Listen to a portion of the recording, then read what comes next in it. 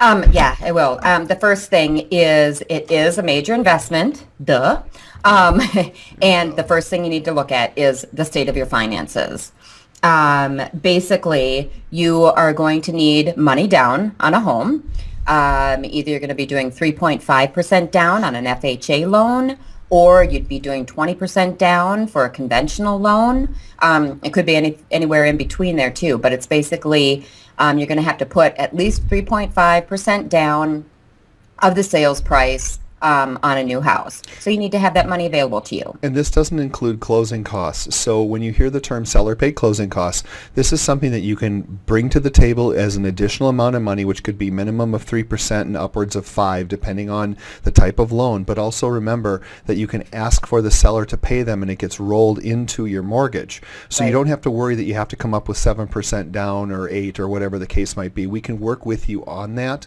So at least at the bare minimum, you want to know that you have to have 3.5% down, but you may qualify also. There are some different types of county programs, bond programs. Right. All of them are different, so you have to talk with your mortgage person to find out if you qualify. Exactly. And you know what? I do want to say one thing.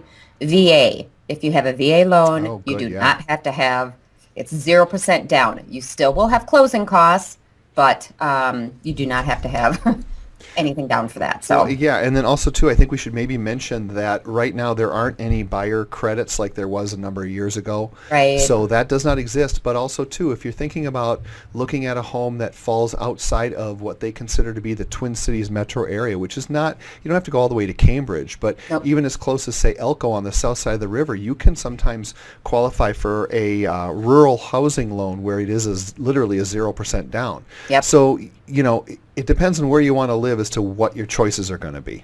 Exactly. So, and then also another thing to take into consideration with, the state of your finances, having some money put aside, your stability in your job, in, where you're, or how long you plan on being somewhere.